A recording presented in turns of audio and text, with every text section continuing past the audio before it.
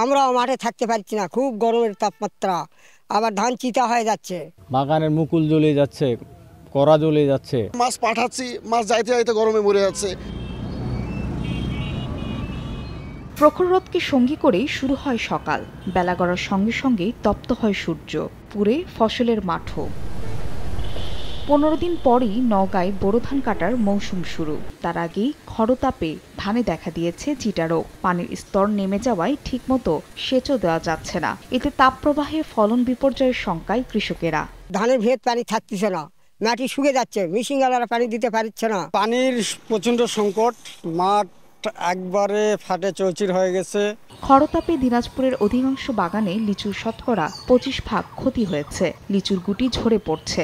পানি ছিটিয়ে কোনো রকমে গাছের লিচু টিকিয়ে রাখার আপ্রাণ চেষ্টা বাগান মালিকদের। বাগানের মুকুল জ্বলে যাচ্ছে, কড়া জ্বলে যাচ্ছে। এখন শেষ পর্যন্ত কি হবে আল্লাহই ভালো জানে। পানি দিচ্ছি, বাগানে বীজ দিচ্ছি, এমনিতে ফলন কম। এবার 1, 2, 3 ঢাকায় জমি জিতে নিন 100% ক্যাশব্যাক সহ 20 কোটি টাকার পুরস্কার। অন্যান্য ফসলের জমিরও একই অবস্থা। বারবার জমিতে সেচ দিয়েও কোনো সুফল মিলছে না।